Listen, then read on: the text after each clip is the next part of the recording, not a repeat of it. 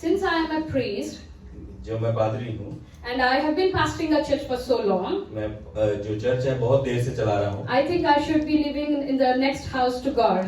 मुझे लगता है मैं परमेश्वर के अगले घर में मैं ही रहूँगा। So the priest turn comes. तो पादरी का जब टर्न आता है, So the angel says, "You are going to." Angel says, "Follow me." फरिश्ता बोलता है मेरे पीछे आओ। So it takes the priest 3 miles away from God's throne वो पादरी को 3 मील दूर लेके चला जाता है and says, "This is your house." और कहता है ये तुम्हारा घर है। So the priest looks confused. जो पास्टर पादरी है वो कंफ्यूज दिखता है। He says, "Hey, the bus driver is going to stay 3 houses from God. वो कहता है जो बस ड्राइवर है वो परमेश्वर के 3 घरे दूर रह रहा So है। ideally, I should stay the next door to God." मुझे लगता है मुझे नेक्स्ट घर पे रहना चाहिए परमेश्वर के I साथ। say, and he says, "This doesn't make sense." उसने कहा ये सही नहीं लग रहा। So the angel replies to the priest. जो फरिश्ता है रिप्लाई करता है पादरी को। He says, "The logic is very simple. वो बोलता है बहुत सिंपल है ये। I'll explain you what's happening. मैं बताता हूँ तुम्हें क्या हो रहा है। When you preach, जब तुम प्रचार करते थे, your congregation sleeps.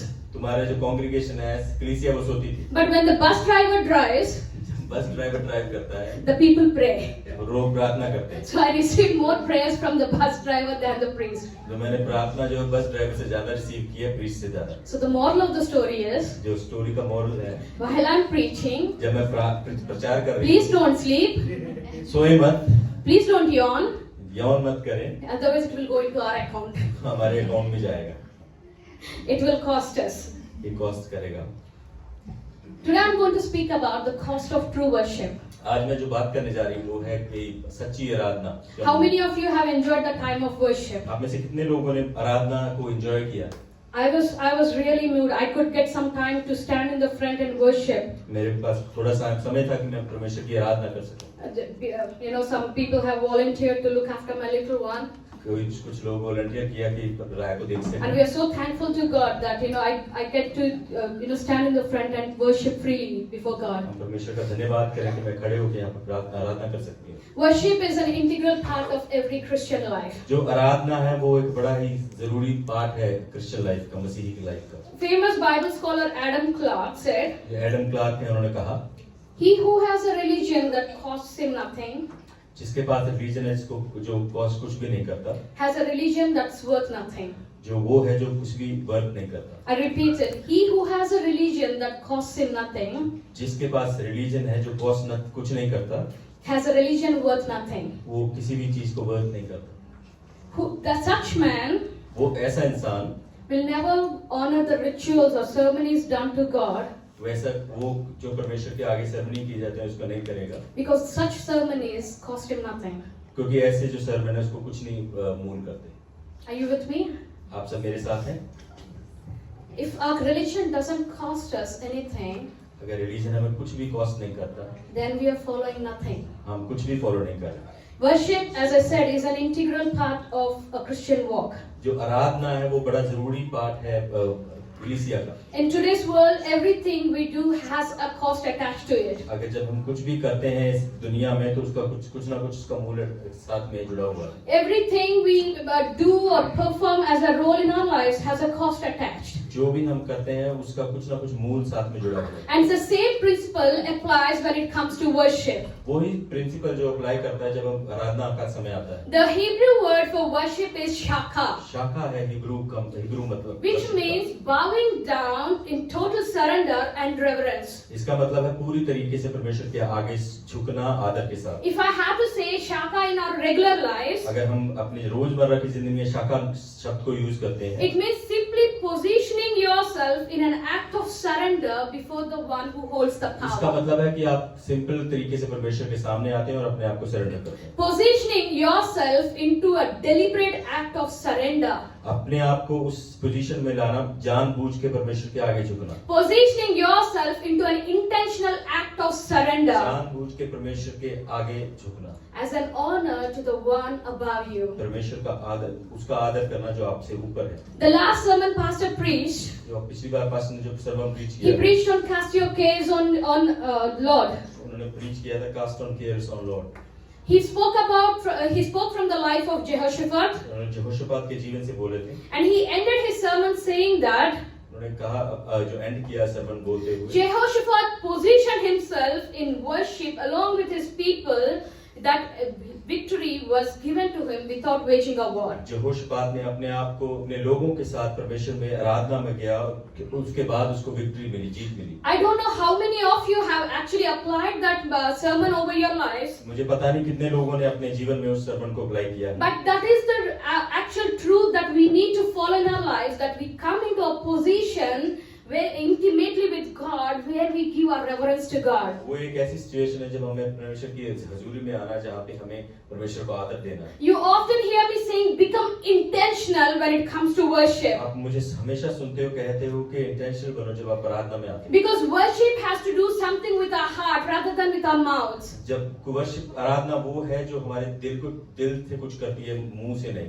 Worship is a spiritual positioning of ourselves to come into an intentional alignment in walk with God. आराधना जो है वो चीज है जो परमेश्वर के जब हम साथ आते हैं, जो हमें उसके साथ चलने में मदद करती है। If the spiritual positioning is missing in our lives, अगर स्पिरिचुअल जो पोजीशन है वो हमारे जीवन में it does not reflect in our physical positioning or posture in worship. वो हमारी आराधना में वो चीज दिखता नहीं जिस तरीके से हम खड़े होते हैं। You're getting what I'm saying? आप समझ रहे हो मैं The क्या worship flows from the heart, जो even to be seen outside in actions. जो आराधना है जो दिल से निकलती है वो एक्शन में भी दिखाई देनी चाहिए। And of late, especially since last week, I have been hearing this. जब मैं लास्ट वीक से सुन रही हूँ, And we often come across people who have limited their understanding of worship to singing songs. उन्होंने अपनी जो अंडरस्टैंडिंग है उसको समझ रखा है वर्शिप सिर्फ गाना है। They have limited their understanding of worship to music. उन्होंने अपनी जो अंडरस्टैंडिंग है उसको म्यूजिक तक ही सीमित रखा हुआ। I came across this person last week. मैं एक इंसान को मिली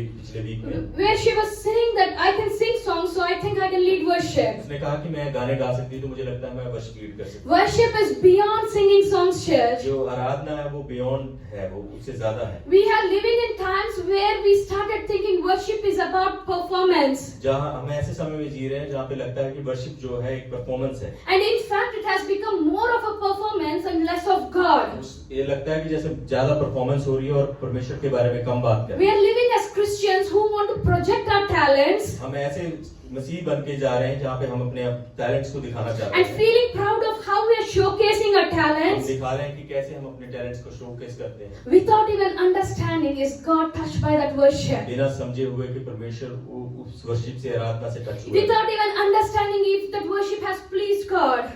बगैर समझे हुए कि परमेश्वर को वो आराधना भाई है या नहीं। This morning I pray that our eyes would open to what is the meaning of true worship. आज मेरी दुआ है कि आपको ये समझ आ सके कि सच्ची आराधना वो है क्या है। Worship is beyond music, as I said. Worship जो है, आराधना जो है म्यूजिक से परे है। Worship is beyond the music setup, worship जो है म्यूजिक सेटअप से the अलग sound है, setup. साउंड सेटअप से अलग It's है, beyond singing. वो सिंगिंग से भी अलग है, It's beyond instrument playing. Instrument से भी बजाने से भी अलग है। But rather, it is an alignment of our hearts to come in accordance to God's will. ये परमेश्वर के साथ जुड़ने को बोलती है, जो परमेश्वर की जो विल है हमारे जीवनों के लिए। It's an alignment of our hearts and minds and souls to tap into the presence of God. ये ऐसी चीज है जब हम वर्शिप में आते हैं, जब हम परमेश्वर की आराधना में मुड़ते हैं। We are living in an attitude these days.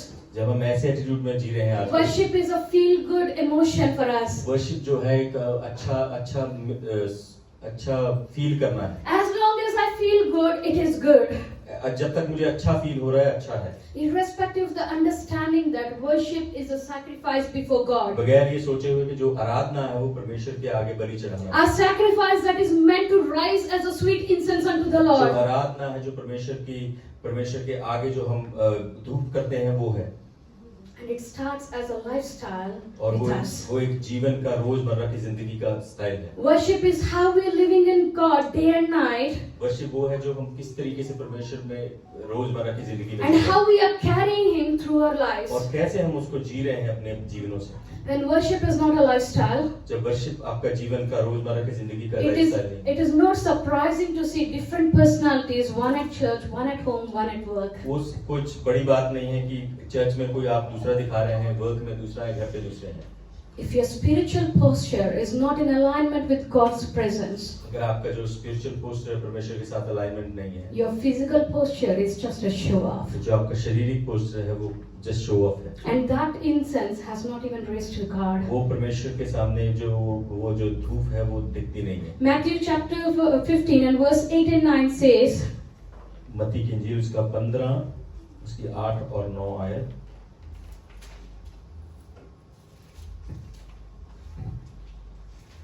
These people honor me with their lips, but their hearts are far from me. They worship me in vain. Their teachings are merely human rules. ये लोग होठों से तो मेरा आदर करते हैं पर उनका मन मुझसे दूर रहता है, और ये व्यर्थ मेरी उपासना करते हैं क्योंकि मनुष्य की विधियों का धर्म प्रदेश करके सिखाते हैं। And this is Jesus explaining the meaning of worship to the crowd around. और यहाँ यीशु बता रहे हैं कि जो आराधना का मतलब क्या है वहाँ पर। Then what is worship? आराधना क्या है? John 4:23. जॉन 4:23 में लिखा है। And I encourage people to start by hearting these scriptures because these are very important.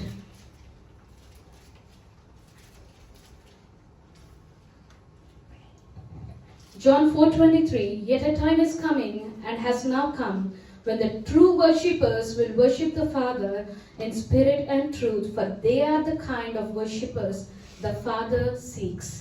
परंतु वह समय आता है वरन अभी भी है जिसमें सच्चे भक्त पिता की आराधना आत्मा और सच्चाई से करेंगे, क्योंकि पिता अपने लिए ऐसे ही आराधकों को ढूंढता है। Jesus is clearly outlining what he is looking for when it comes to worship. यीशु यहाँ सीधे तरीके से बता रहे हैं कि पिता क्या देखता है जब आराधना की बात The आती है। Father's heart is looking for true worship, a worship that is not casual. जो पिता का दिल है वो सच्ची आराधना को देख रहा है जो ऐसे नहीं करी जा रही, A worship that costs us something to offer to the Lord. जो आराधना है वो कुछ मूल करती है परमेश्वर के आगे। True worship is not limited to giving offerings on a Sunday or just serving in church. जो सच्ची वर्शिप है सिर्फ संडे को आना या सर्व करना चर्च में, वो नहीं है। True sacrifice or true worship is unconditional obedience to Jesus and how we position our lives in the path set by God. जो सच्ची वर्शिप है वो है जो परमेश्वर के सामने जब हम आते हैं तो किस तरीके से जो रास्ते उसने हमारे लिए सेट करते हैं उन पे कैसे चलते हैं। How many of you are with me? हम में से कितने लोग मेरे साथ हैं? When you do not have music, जब आपके पास म्यूजिक नहीं है and you will still be able to worship God आप फिर भी परमेश्वर की आराधना करोगे, because your hearts are in line with God's presence. क्योंकि आपके दिल जो है परमेश्वर के साथ जुड़े हुए हैं। Last week, Smriti and I came together to lead worship. पिछले वीक मैं और स्मृति साथ में आराधना करने के लिए आए, And we had limited instruments here, and Pastor was not. We wanted to give a break to Pastor, so we were leading worship हमारे here. पास बहुत कम इंस्ट्रूमेंट थे और हम ब्रेक देना चाहते थे। And these young boys, Ruel and Evander, were on the instruments along with Abby. यहाँ पर बच्चे जो थे बजा रहे थे instruments. And we were so limited with instruments and music. हम बहुत ही हमारे पास कम इंस्ट्रूमेंट्स थे यहाँ पर, But we could do what we wanted to give to God. हम वो किया हमने जो हम परमेश्वर को देना चाहते थे। And one thing I could see all throughout the worship, एक चीज मैंने वर्शिप में देखी वो that intentional hearts to give the best worship for God. जो सच्चा दिल जो परमेश्वर को सच्ची वर्शिप और सच्ची आराधना देना And I चाहता है। remember Smriti telling me, मुझे याद है स्मृति ने मुझे बोला, Pastor, I came with an attitude to give what best I can give to God. Pastor मैं उस एटीट्यूड से आई हूँ जो मैं परमेश्वर को देना चाहती हूँ। And as pastors, when we hear things like this, जब हम पास्टर होते हैं, जब हम ऐसी चीजों को सुनते it हैं, gives us so much joy वो हमें बहुत आनंद देता है, because this is what our work is about. यही हमारा काम है, Bringing a true realization असली जो रियलाइजेशन लेके आना to how we live our lives before God. कि कैसे हम अपना जीवन लोगों के साथ बिताएं, How we pour our lives as a sacrifice before God. कि कैसे हम अपना जो जीवन है परमेश्वर के आगे सैक्रिफाइस And करें, how to inspire and encourage people to walk in that path and come into intentional relationship with God. कैसे हम इंटेंशनल रिलेशन के साथ परमेश्वर के साथ चलते हुए उसके साथ वर्शिप उसकी आराधना कर सकें। When you position yourself into an intentional alignment with God, जब आप अपने आप को परमेश्वर के साथ जोड़ते हैं, Trust me, church, there's nothing that can stop you from offering true worship to God. आपको कोई भी परमेश्वर को ऑफरिंग जो आराधना सच्ची आराधना देते हुए कोई नहीं रोक सकता। Let's learn from the life of David on what it costs for a true worship. आइए दाऊद के जीवन में से देखते हैं कि उसको क्या कॉस्ट मूल्य देना पड़ा सच्ची आराधना के लिए। Let's turn to 2 Samuel chapter 24 आइए दूसरा सैमुएल उसका 24 अध्याय देखेंगे and verse 24.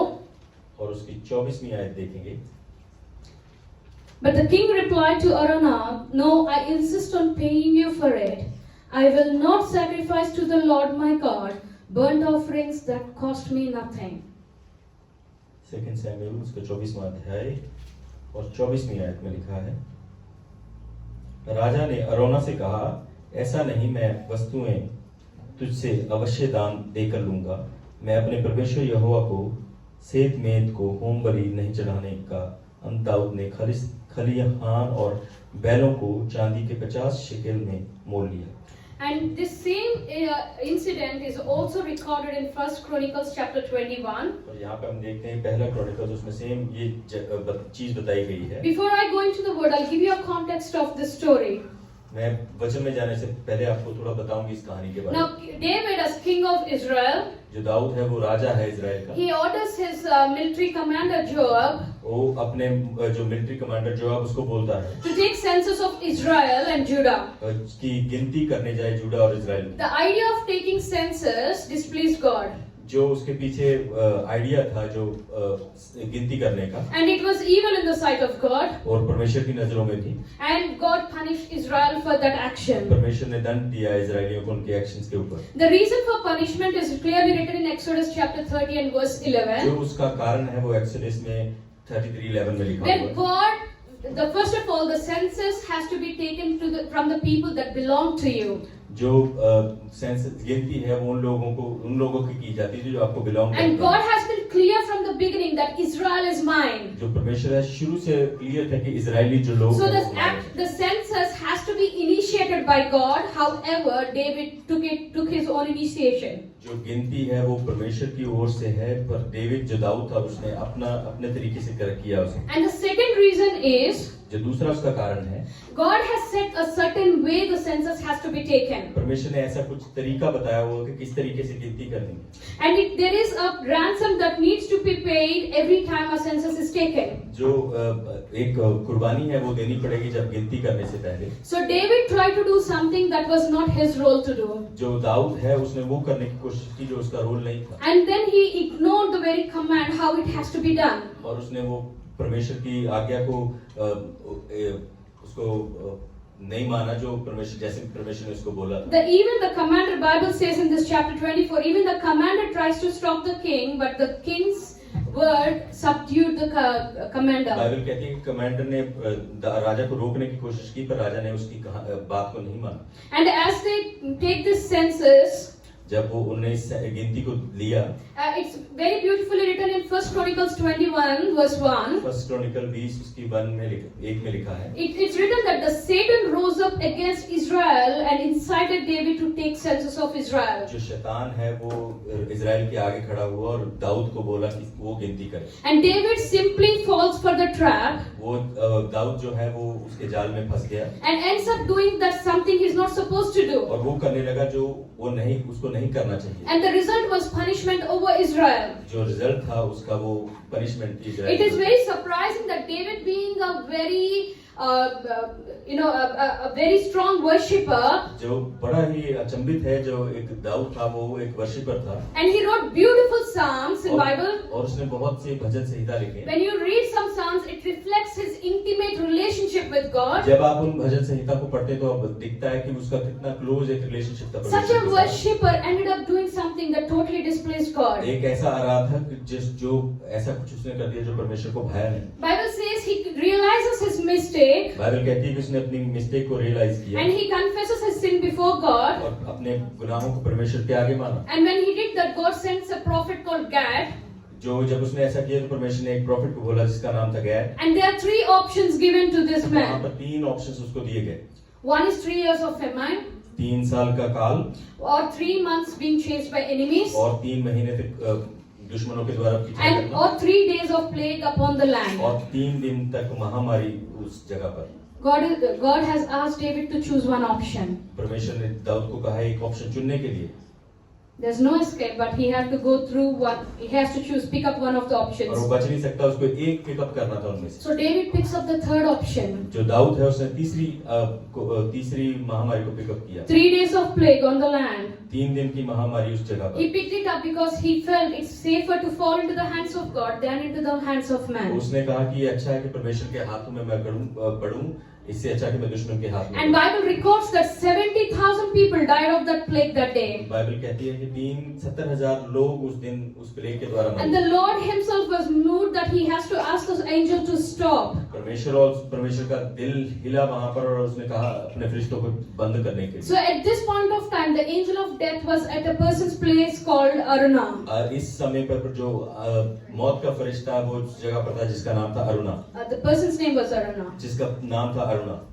And David was witnessing, if you read verse 17, it says David was witnessing the death of his people. अगर आप 17 आयत पढ़ोगे तो उसमें लिखा है कि जो दाऊद है वो साक्षी बन रहा था। And he cries to God saying, और कहने लगा, रोने लगा परमेश्वर के surely आगे I the shepherd, कि मैं तो चरवाहा हूँ, I have sinned, मैंने पाप किया है, I have acted wickedly, मैंने बुरी तरीके से बिहेव किया है। these sheep haven't done anything, ये God, भेड़ों ने कुछ नहीं किया, but please let your hand fall on me and my household. मेरा तेरा हाथ मेरे ऊपर गिरे और मेरे घर के ऊपर गिरे। And when he makes this prayer, जब उसने इस प्रार्थना को किया the word of God comes to the prophet Gad. तो जो परमेश्वर का वचन जो गैड प्रोफेट के पास आता है, He tells David, go build an altar at Aruna's threshing floor. और उसने कहा कि जाके अपने ये जो ऑल्टर है अरुणा के थ्रेश वहां पर जाकर बना। And David, on his way, he obeys the word of God and he goes there. जो दाऊद है वो परमेश्वर के वचन को मानता है और वहां पर जाता है। So when he approaches this man Aruna, जब ये उस अरुणा बंदे को मिलता है जिसका नाम अरुणा था, he tells him that he wants to use his threshing floor उसने कहा कि मैं तेरा जो जगह है इसको यूज करना चाहता so हूं that he can offer sacrifices to God. कि ये परमेश्वर के आगे सैक्रिफाइस कर सके। Being king, राजा होते हुए so the Aruna knows that he can give it freely to the king.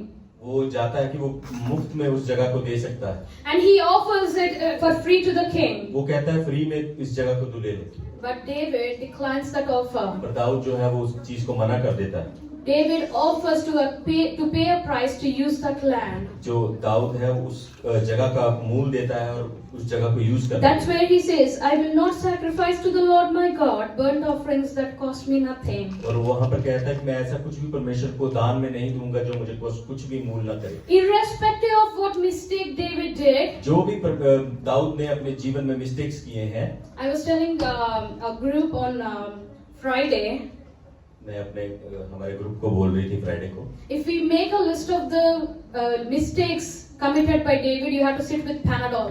आप अगर देखोगे कि दाऊद ने कितनी सारी मिस्टेक अपने जीवन में की हैं, आपको पैनाडोल के साथ बैठना पड़ेगा। Irrespective of the mistakes David did, कितनी भी जो मिस्टेक्स है डेविड ने की हैं, one quality of David that always attracted God जो एक क्वालिटी जो परमेश्वर को अट्रैक्ट करती है is his quality, willingness to offer God a true worship. कि उसका दिल से परमेश्वर को आराधना देना। As a worshipper, he might have stumbled many times. आराधक बहुत बार वो गिरा होगा, He would have done things that didn't please God. जो ऐसी चीजें की होगी जो परमेश्वर को भाई नहीं होगी, But he was aware to position himself back into worship पर with वो God. जानता था कि परमेश्वर के साथ दोबारा कैसे जुड़ना है आराधना। Because that's the only way he could reconcile back his relationship with वो God. सिर्फ एक ही रास्ता था जिसके साथ वो अपने परमेश्वर के साथ दोबारा जुड़ सकता था। As a worshipper, he always looked for an opportunity आराधक होते हुए हमेशा उसको एक अपॉर्चुनिटी ढूंढता था to build an altar for God और परमेश्वर के लिए उस ऑल्टर को बना सके, where he could bring a true worship for God. और वहां पे वो परमेश्वर के लिए सच्ची आराधना लेके आए। Now David is saying, I will not sacrifice to the Lord my God burnt offerings that cost me nothing. Dawood जी ने कहा है कि मैं ऐसा कुछ भी नहीं लूंगा जो मुझे कॉस्ट मूल ना पार कर सके। He had a price to pay for the piece of land to build an altar for God. उसने उस जगह के लिए पैसे दिए परमेश्वर की वेदी को बनाने के लिए। David was witnessing the angels striking down 70,000 people. Dawood जो देख रहा था कि जो फरिश्तों ने 70,000 लोगों को मार दिया। And as a king, his worry should be stopping that at hook or crook, by hook or crook. तो उसका जो राजा होते हुए उसको किसी न किसी तरीके से उस चीज को रोकना था। It shouldn't matter to him if the land is being given free or we have to pay a price. He should aim at just building an altar and offer the उसको sacrifices. ऐसा कुछ नहीं करना चाहिए, उसको सिर्फ परमेश्वर का वेदी बनानी चाहिए और परमेश्वर के लिए sacrifice As a king, he should be concerned to stop the punishment. As राजा होते हुए आपको उस चीज के लिए सोचना चाहिए कि आपको सजा ना मिले। But David declined the offer. पर जो दाऊद है उसने उस ऑफर को मना कर दिया। Listen to this carefully. यहाँ को ध्यान से सुने। If Aruna's generous offer was accepted, अरुणाच का जो एक जनरस ऑफर थी एक्सेप्ट हुई, it would have been Aruna's sacrifice and not वो David's. अरुणा का सैक्रिफाइस होता, डेविड का नहीं होता। It was David who sinned. जो दाऊद था उसने पाप किया, He was the reason for that calamity. उसकी वजह से वो सब कुछ हुआ। He was the reason for the death of 70,000 people. वही वो रीजन था उस 70,000 लोगों को मारने के David लिए। got a quick realization it's for him to pay that cost for to offer a true worship. उसको बड़ी जल्दी रियलाइज हुआ कि उसको वो सैक्रिफाइस देना है वेदी बनाकर, जो उसके द्वारा जो चीजें हुई हैं। That's why I call worship as a lifestyle. It has to start from the heart. जो आराधना वो एक जीवन है, वो दिल से स्टार्ट होना चाहिए। He understood if Aruna's offer is accepted, it's Aruna's sacrifice, not mine. वो समझ गया था कि अगर अरुणा का ऑफर एक्सेप्ट हो गया, वो मेरा नहीं होगा, वो अरुणा का होगा। It mattered to David to pay a price because his eyes were focusing on the problem. Was not focusing on the problem. उसको जो देखना पड़ा कि उसका जो प्राइस जो फोकस नहीं कर रहा था उस प्रॉब्लम के ऊपर, But his focus was on reconciling the relationship with God. उसका फोकस था कि वो दोबारा से परमेश्वर के साथ जुड़ सके। His worry was about repositioning himself back into the alignment with God. उसकी वरी ये थी कि वो दोबारा से परमेश्वर के साथ उस जगह पर आ सके, अलाइन हो सके। Rather than offering God anything that is casual. इससे अच्छा कि कुछ भी परमेश्वर के लिए ऑफर करे जो कैजुअल हो। I'll be bold enough to say this. मैं इसको ध्यान से बोलूंगी ये। David was not interested in keeping up with the religion. जो दाऊद था वो इंटरेस्टेड नहीं था उस रिलीजन को कीप करने, but focused on relationship with God. वो ज्यादा Hallelujah. फोकस था परमेश्वर के साथ उसका relationship. David was conscious in bringing something worthy than casually throwing something to God. Dawood जो था बड़ा ध्यान पूर्वक वो चीजें कर रहा था कि कुछ भी वो परमेश्वर के आगे ना दे। The heart of a true worshipper असली जो सच्चे आराधक दिल है, always focuses on bringing something valuable to God. उसका फोकस रहता है कि कुछ सच्चा कुछ अच्छा परमेश्वर के लिए लेके आए। Not something casual, कुछ ऐसा ही कुछ नहीं, not something simple, ऐसा ही कुछ नहीं, but something that brings value to that worship. कुछ वो लेके आए जो परमेश्वर के आगे वैल्यू रखता है। That is a true worship church. वही सच्ची आराधना। And I pray that today our eyes would be open to the understanding of true worship. मेरी प्रार्थना है कि हमारी आंखें खुलेंगी ये सच्ची आराधना के लिए। True worship can be being early in church even if it costs me my sleep. सच्ची आराधना वो है कि जल्दी चर्च आना है अगर ये मेरी नींद भी खराब करती है। That is not legalism, ये लीगलिज्म नहीं, but is obedience to God Himself. ये परमेश्वर की आज्ञाकारिता। That is a thought that even before my King comes into the temple, I will be there. ये ऐसा एक सोच है कि जब मेरा परमेश्वर आने से पहले मुझे मंदिर में रहना है। Today Pastor calls me while I was getting ready at home. Pastor ने मुझे कॉल किया जब मैं घर पे रेडी हो For रही। those who don't know, Pastor comes to church by 9 a.m. Pastor comes to church 9 AM। Pastor church में 9 बजे तक आते हैं. 9 बजे तक आते हैं सुबह। Irrespective of the time he sleeps. कि वो किस समय सोते हैं उसका कोई मसला नहीं। Most of the Sundays I have seen him sleeping after 2 a.m. बहुत ज्यादा संडे 2 बजे के बाद वो सोते हैं। But he would be awake in time, gets one of the kids, or in fact sometimes both the kids. कई बार दोनों बच्चों को लेके चर्च में आते He gets them ready, हैं, उनको तैयार करके, and then he gets himself, and he comes to church by 9 a.m. और उनको साथ में लेके 9 बजे तक church. Whether someone comes or doesn't come, अगर कोई आए या ना आए, he loads all that stuff into the van and unloads it at church. तो लोड करके चर्च वैन में और अनलोड करते हैं church. I can imagine as a wife how tiring it is to come, unload it, and then lead worship, and sometimes he would preach as well. Imagine करें उस चीज को कि वो अनलोड करना, वर्शिप लीड करना और प्रचार भी करना। But in this 1 year time, I have not seen him complaining even once. मैंने उसको देखा नहीं कभी भी कंप्लेन करते हुए। because that's the cost of our worship to God. यही एक मूल है जो हम परमेश्वर को देते And this हैं। morning he calls me, आज सुबह जब उन्होंने मुझे कॉल किया, and his voice was not tiring. उनकी जो आवाज है वो थकी हुई नहीं। I asked him, did you even reach church? मैंने पूछा कि आप चर्च पहुंच गए? Because if he reaches church, he should be tired.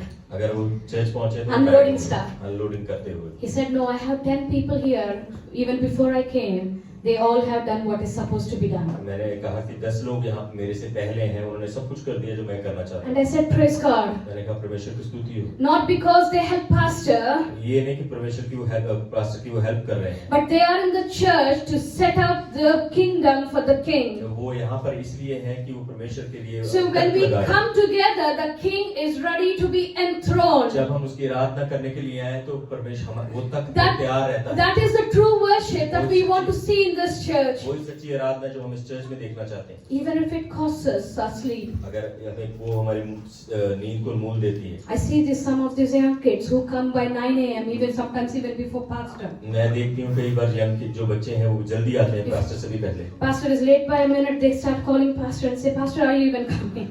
अगर पास्टर लेट है तो वो कॉल करना शुरू करते हैं। Pastor says, I'm coming. I have to be there in the church. मुझे रहना है चर्च में।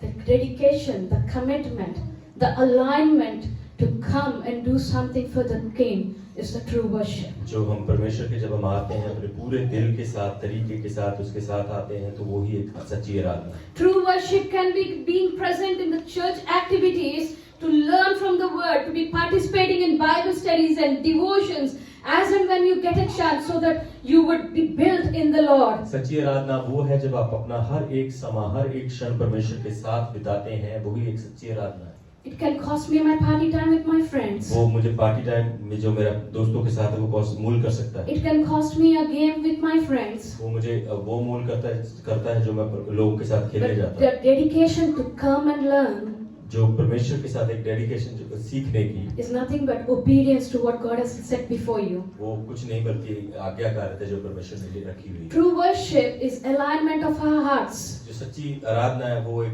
दिलों को जोड़ने वाला है। When it is the alignment is right, जब अलाइनमेंट जो सही है it will accept correction without any without any struggle.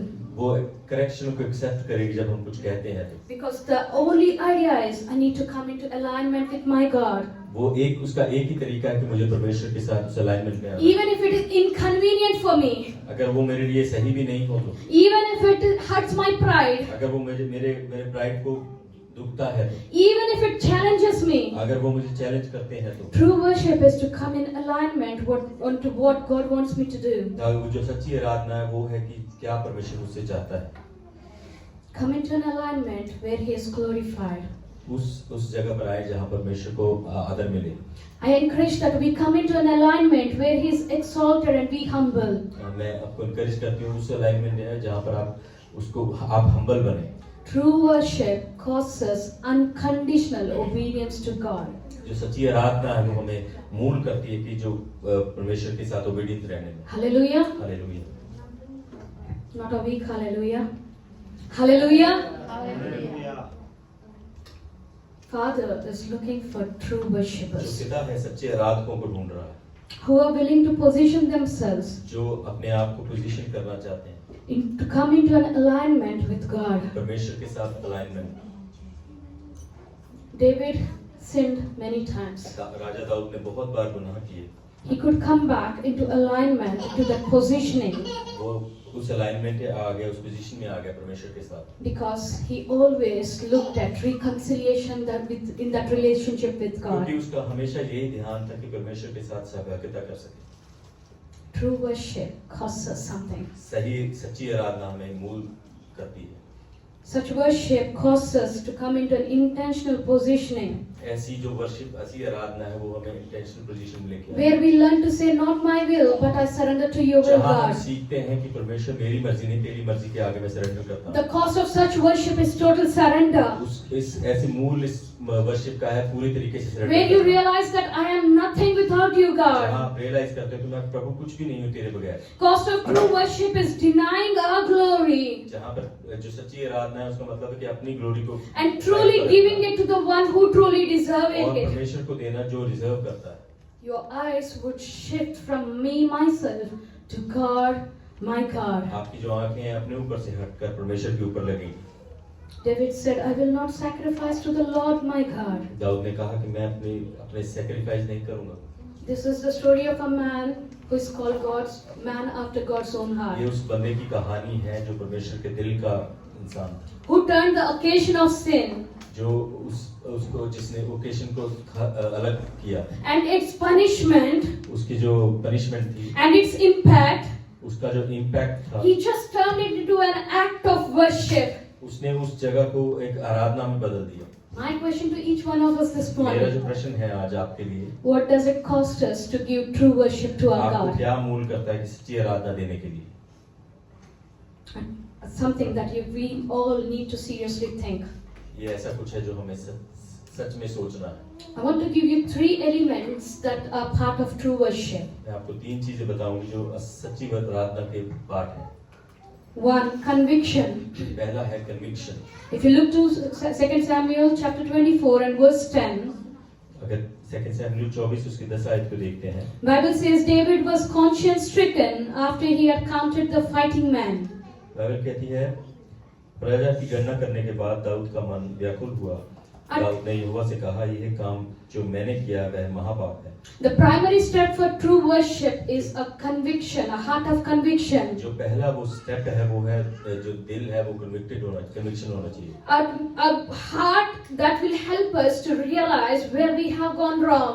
जो ऐसा दिल कि हम कहाँ पर गलत चले गए। Now conviction helps us to realize where we have sinned in our lives. जहाँ हम कन्विक्शन हमें बताती है कि कहाँ हमारे जीवन में पाप है। Without realizing the area where we need to work on, जहाँ पर हम किस एरिया में हमें अपने काम करना है, how to improvise ourselves to come into alignment of God, कैसे अपने आप को तैयार करना है परमेश्वर के साथ we alignment। cannot move forward as Christians. हम आगे नहीं बढ़ सकते मसीही होते हुए। The conviction comes from Holy Spirit. जो कन्विक्शन है वो पवित्र आत्मा की ओर से आती है। Our conviction says there is nothing wrong with us. हमारी जो कन्विक्शन है वो कहती है कि कुछ भी हमारे साथ गलत But नहीं है। when the Holy Spirit convicts our heart, जब पवित्र आत्मा हमें कन्विक्ट करता है, it opens everything right in front of वो us हमारे सामने वो सब कुछ खोल के रख and it देता है। convicts our spirit वो हमारी स्पिरिट को, आत्मा को कन्विक्ट करता है। and say that, hey, this is wrong. ये गलत है।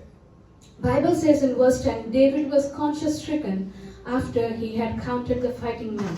बाइबल कहती है कि पहले अध्याय में पहली आयत में 24 verse 10. जो बाइबल कहती है कि प्रजा की गणना करने के बाद दाऊद का मन व्याकुल हुआ। दाऊद ने यहोवा से कहा, यह काम जो मैंने किया है वह महापाप है। तो तब अब हे यहोवा अपना दास का अधर्म दूर कर, क्योंकि मुझसे बड़ी मूर्खता हुई है। Why the Holy Spirit doesn't convict us to leave us in guilt. जो पवित्र आत्मा हमें छोड़ता नहीं है गिल्ट में रहने के लिए। John chapter 16 verse 8. जॉन उसके 16 अध्याय उसकी 8वीं आयत। Bible says when he comes, he will prove the world to be in the wrong about sin and righteousness and judgment. यूहन्ना की इंजील उसका 16वां अध्याय उसकी 8वीं आयत। वहां पर लिखा है, वह आकर संसार को पाप और धार्मिकता और न्याय के विषय में निरंतर करेगा। And verse 13 says, but when he, the Spirit of truth comes, he will guide you into all the truth. 13वीं आयत कहती, परंतु जब अर्थात सत्य का आत्मा आएगा तो तुम्हें सब सत्य का मार्ग बताएगा, क्योंकि वह अपनी ओर से ना कहेगा, परंतु जो कुछ सुनेगा वही कहेगा। The first element of true worship is having that heart of जो conviction. पहला तरीका है वो दिल, जो कन्विक्शन का दिल। And as I said, that conviction does not burden us to shame. That does not leave us with a burden of shame or guilt. वो ऐसी कन्विक्शन है जो हमें गिल्ट के साथ नहीं छोड़ती, But that leads us to grace that saves us. वो हमें ग्रेस के साथ लेके चलती, जो हमें बचाती है। Thank you, Jesus. The conviction and spirit leads us to grace. जो कन्विक्शन है वो हमें ग्रेस की तरफ लेके चलती है। That does not leave us guilty. वो हमें गिल्टी नहीं छोड़ती, That does not leave us where we are. वो हमें वहाँ नहीं छोड़ती जहाँ But हम gives हैं। us grace to rise up from where we वो are हमें दया दिखाती है जहाँ हम and हैं। leads us closer to the cross. हमें क्रूस के पास लेके चलती That's है, where we belong, जहाँ पर हम बिलोंग करते at the feet of the Father. हैं, परमेश्वर के पैरों में। The second element is confession. दूसरा एलिमेंट जो है confession. The verse 10 itself says, 10 आयत में लिखा है, I have sinned greatly in what I have done. मैंने बुरे तरीके से परमेश्वर के आगे पाप किया है। David is saying this to the Lord. जो दाऊद है परमेश्वर से कह रहा है Lord, I have sinned greatly in your eyes. कि मैंने बुरे तरीके से तेरी नजरों में पाप किया है। And verse 18 says, 18वीं आयत में लिखा है, I the shepherd have sinned and done wrong. मैं जो चरवाहा हूँ मैंने पाप किया है और बुरा किया है। There's nothing wrong with these people. ये इन लोगों के कुछ गलत नहीं किया, But I, Lord, have done this wrong. मैंने जो है गलत किया, I have sinned before you. मैंने पाप किया है तेरे विरुद्ध।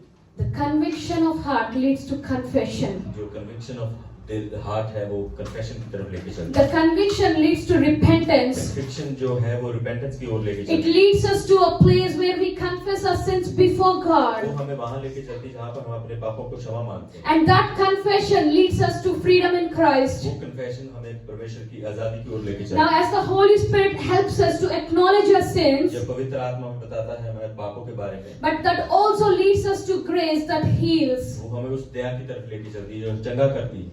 1 John 1:9. पहला यूहन्ना 1:9 Bible says when we confess, He purifies ourselves from all unrighteousness. Bible कहती है जब हम अपने गुनाहों की क्षमा मांगते हैं तो हमें पूरे तरीके से चंगा करता है। It has to start with a conviction, वहाँ ये कन्विक्शन से स्टार्ट करता है which leads to confession. जो कन्फेशन की ओर हमें लेके चलता है। And that's where God purifies us once we confess our वहाँ sins. पर परमेश्वर हमें पूरे तरीके से हील करता We है। are living in times जब हम ऐसे समय में जी रहे हैं where everything is under the carpet. जहाँ पर सब कुछ कारपेट के नीचे है। I am holy as long as I think holy. मैं पवित्र हूँ जब तक मैं सोचता हूँ कि मैं But पवित्र Bible हूँ। says, be holy because I am holy. Bible कहती है तुम पवित्र बनो क्योंकि मैं पवित्र हूँ। Unless we are convicted in our hearts, जब तक हम उस चीज के लिए कन्विक्टेड नहीं we हैं, cannot confess our sins because there is no realization of what we have done. हम अपने गुनाहों का अंगीकार नहीं करेंगे जब तक हमें रियलाइजेशन नहीं हो। And unless we realize and confess, how can we receive that healing? हम जब तक वो रियलाइजेशन नहीं करेंगे तब तक हमारी चंगाई नहीं मिलेगी। This is not to make us live, to remain in guilt or shame, ये इसलिए नहीं कि हम अपनी गिल्ट में रहें, शेम में रहें, but to reconcile back with God. या दोबारा से परमेश्वर के साथ जुड़ें। Revelation 4 says He has created us for the sake of worship. Revelation 4 में लिखा है कि उसने हमें आराधना करने के लिए बनाया, Then let that worship be a true worship. कि वो आराधना जो सच्ची आराधना बन सके। Hallelujah. Hallelujah. When we confess, God purifies us from all unrighteousness. जब हम अपने गुनाहों को मानते हैं तो परमेश्वर हमें पूरे तरीके से क्षमा करता है। When David confessed, जब दाऊद ने क्षमा मांगी, Bible says God heard his prayer. जो बाइबल कहती है कि परमेश्वर ने उसकी प्रार्थना को सुना, And he received a word from the prophet. उसने प्रॉफिट की तरफ से वचन लिया। And the prophet says, build an altar to the Lord. Profit कहता है कि परमेश्वर के लिए एक वेदी बना। If you have listened to a sermon given by Pastor Paul, अगर आपने इस सरमन को सुना जो पास्टर ने दिया था, there is a sermon called Vedi Altar. यहाँ पर एक सरमन है जिसका नाम है वेदी alter. It is a very beautiful sermon which is close to my heart. वो एक ऐसा सरमन है जो मेरे दिल के बहुत नजदीक है। He explained how our life should be at altar before God. वहाँ पे बताया गया कि कैसे हमारा जीवन होना चाहिए परमेश्वर की वेदी के आगे। You can go to the YouTube channel of the church आप YouTube चैनल के ऊपर देख ही सकते हैं उस सरमन को। and don't forget to like and subscribe. और उसको भूले ना लाइक करना, सब्सक्राइब करना। The third element, the important element of true worship is consecration. जो तीसरी चीज है वो है consecration। Now altar, David was advised to build an altar for God to offer burnt offerings. जो दाऊद है परमेश्वर के द्वारा बताया गया कि उसको एक बर्न्ट ऑफरिंग देनी है वेदी पे। Now altar is a consecrated place. जो ऑल्टर है वो consecrated In the Old Testament, every time they had to offer sacrifices, अगर जहाँ पर पुराने नियम में जब ऑफरिंग करते थे परमेश्वर, they cannot do it anywhere, वो कहीं पे भी नहीं करना था, but they had to build an altar उनको एक बिल्ड करनी थी वेदी परमेश्वर के to लिए, offer sacrifices to God. Offer करने के लिए परमेश्वर के Because आगे। that altar is considered, वो जो ऑल्टर है वो बताई गई है, that's a place of encounter with God through वो worship. ऐसी जगह जहाँ पे परमेश्वर के साथ हमारा मेल मिलाप, That's a place of encounter with God through your offerings. वो जगह है जो परमेश्वर से मेल मिलाप होता है हमारी ऑफरिंग के द्वारा। Life should be an altar for God. हमारा जीवन जो परमेश्वर के लिए वेदी बनना चाहिए। Consecration means setting apart for God. Consecration का मतलब है कि परमेश्वर के लिए अलग किए गए लोग।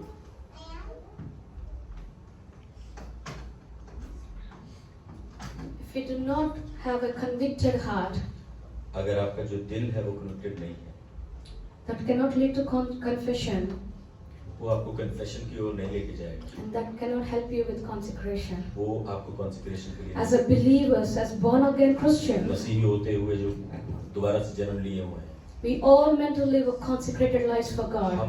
हमें सबको कॉन्सेक्रेटेड जीवन जीना है परमेश्वर। Consecration is a response to grace consecration जो है रिस्पॉन्स है वो ग्रेस के ऊपर, that leads us to transformation. जो हमारे को बदलाव में लेके चलता Our है। life should be a consecrated place for God, हमारा जो जीवन है कॉन्सेक्रेशन होना चाहिए परमेश्वर के where लिए, praise is continually offered to fellowship with God. जहाँ आराधना है वो लगातार चलनी चाहिए परमेश्वर के लिए। Consecrated lives bring consecrated worship. Consecrated life है जो कॉन्सेक्रेटेड आराधना लेके आते हैं, That's a true worship for और God. सच्ची आराधना है परमेश्वर के लिए। The Bible says David didn't just build an altar, Bible कहती है उसने सिर्फ वेदी नहीं बनाई, but he offered both burnt and peace offerings to God. उसने जो बर्न्ट ऑफरिंग और एक पीस ऑफरिंग परमेश्वर के लिए दी। Verse 25. 25वीं आयत में देखते हैं He talks about how David built an altar to the Lord and there sacrificed burnt offerings and fellowship offerings. जहाँ पर लिखा है कि कैसे उसने जो फेलोशिप ऑफरिंग और बर्न्ट ऑफरिंग परमेश्वर के लिए चढ़ाई। Now the burnt offerings in Bible, जो बर्न्ट ऑफरिंग जो बाइबल में है they were given for atonement of sin. वो पाप के लिए दी गई थी। That is a symbol of consecrating, yourself from the rest of the world. वो ऐसा एक चिन्ह था जो आप अपने आप को दूसरी दुनिया से अलग करते हैं। Where you come, you sins are forgiven and you are a new person now. जहाँ पे आप आते हैं आपके पाप माफ होते हैं और अभी आप नए Now you are set apart. आप जो है एक नई क्रिएशन है। And the peace offerings are also known as fellowship जो offerings. पीस ऑफरिंग थी वो एक फेलोशिप ऑफरिंग्स थी। That is used as a symbolization वो एक ऐसा सिंबल की तरीके से यूज की to जाती है restore a covenant relationship with God. जो एक दोबारा से परमेश्वर के साथ एक covenant relationship Now listen to this carefully. ध्यान से सुने। David built an altar, Dawood ने एक बिल्ड किया वेदी a को, consecrated place, एक जगह जो कॉन्सेक्रेटेड to थी give burnt offerings burnt offering देने के so लिए, that he's consecrated and his sins are तो forgiven. उसके पाप जो है माफ किए And जाए। he didn't stop there. वहां पर वो रुका नहीं And he gave peace offerings to और God उसने पीस ऑफरिंग दी परमेश्वर to को, come into a relationship back with God. और उस क्योंकि वो वापस वो परमेश्वर के साथ उस रिलेशनशिप में आना चाहता था। That's true worship. वही एक सच्ची आराधना Where your sins are atoned, जहाँ पर आपके पाप जो है माफ किए, you're consecrated, you're consecrated, And आप then- consecrated हैं, and you're reconciled back into relationship with God. आप दोबारा से परमेश्वर के साथ जुड़ गए। The Bible says when a sacrifice was offered on the altar, जब सैक्रिफाइस ऑल्टर पे दिया जाता था, the fire was proof of God's acceptance.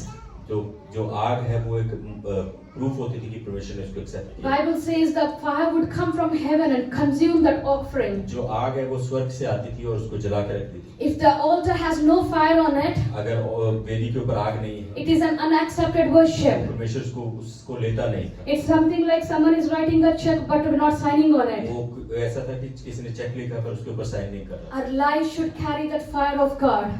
हमारा जीवन एक परमेश्वर के लिए आग लेके चल रहा When है। you build a consecrated altar for God, जब आप परमेश्वर के लिए एक ऑल्टर बिल्ड करते and हैं, as you atone for your sins, आप अपने पापों से क्षमा मांगते हैं, and as you reconcile in relationship with God, अगर जब आप अपने परमेश्वर के साथ दोबारा से जुड़ना there is a चाहते हैं, fire that is accepting that offering and setting you apart. जहाँ पे एक आग है जो आपके ऑफरिंग को ले रही है और आपको अलग कर रही है। How are our lives today? हमारा जीवन कैसा है आज?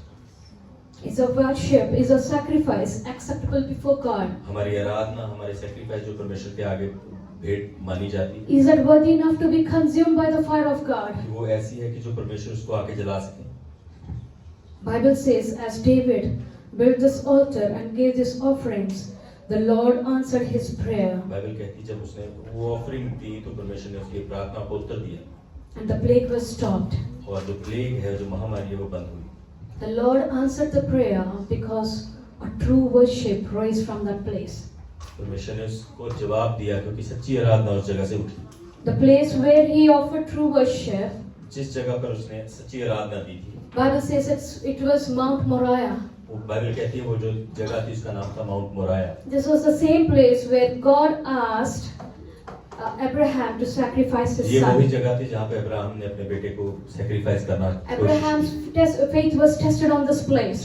जहाँ पर अब्राहम का विश्वास टेस्ट किया गया था। Initially, David paid for the threshing floor, जो दाऊद है उसने कुछ उसके लिए भेंट दी। but Bible says if you read 2 Chronicles 3:1, Bible के जब हम तीसरा इतिहास पढ़ते हैं उसमें बाइबल कहती है David purchased this place with much more gold. जो दाऊद है उसने ज्यादा सोना देकर उस जगह को खरीदा। He purchased the whole place, उसने उस जगह को पूरी तरीके से खरीदा and that's where Solomon built a temple for जहाँ God. पे सोलोमन ने परमेश्वर के लिए मंदिर को बनाया। Hallelujah. Hallelujah. Where true worship arises, जहाँ पे सच्ची आराधना उठती है it becomes a sanctuary of worship, वो church. परमेश्वर के लिए सेंचुरी बनती है। If our lives are a true worship to God, अगर हमारा जीवन जो सच्ची आराधना है if परमेश्वर they के are लिए, of altars consecrated for God, जहाँ पर ऑल्टर्स हैं, वेदियां हैं सच्ची your परमेश्वर, worship will not limit to your life, आपकी जो आराधना है वो लिमिटेड नहीं but होगी। we all will become living sanctuaries for हम God. परमेश्वर के लिए एक सच्चा मंदिर बन जाएं। Come on, raise to your feet this आइए हमारे morning. पैरों पर खड़े हो जाएंगे। I want to end this with one thing. ऐसा करने चाहती हूँ एक चीज़। If our prayers are acceptable before God, अगर हमारी जो प्रार्थना है परमेश्वर के आगे एक्सेप्ट होती है, if our prayers raise as our worship raises as a sweet incense before God, जो हमारी आराधना है वो परमेश्वर के आगे एक्सेप्ट होती है, if our position in prayer and worship is aligned with God, जो हमारी प्रार्थना परमेश्वर के साथ जुड़ी हुई है, Bible says the Lord will answer all the prayers. Bible कहती है परमेश्वर सारी हमारी प्रार्थना को उत्तर देगा। And Bible says the plague stopped there, right at that place. Bible कहती है कि जो महामारी उस जगह पर रुक गई, Every disaster, every calamity, every plague, every death stopped right there. जो सब कुछ चीजें थी वो वहीं पर वहीं उसी समय रुक गई, Because God stepped in. क्योंकि परमेश्वर वहां पर आ चुका था।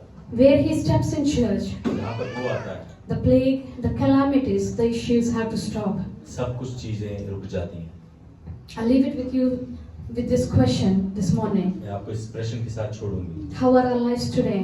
कि हमारा जीवन आज कैसा है, Are we living our lives of offering true worship before God? कि हम अपना जीवन जो है सच्ची आराधना की तरह जी रहे हैं। I'll leave you with one scripture. मैं आपको एक स्क्रिप्चर के साथ छोड़ूंगी, Romans chapter 12 and verse 1. Rhombus chapter 12 और उसको पहली आयत, Where we are asked to continually offer our bodies as living sacrifices unto God. जहाँ पर हम बताया गया कि हम अपने जीवनों को परमेश्वर के आगे सैक्रिफाइस देना है। Ask yourself this question, where are you with God? आज अपने आप को एक ही प्रश्न पूछे कि आप कहाँ पर हो आज।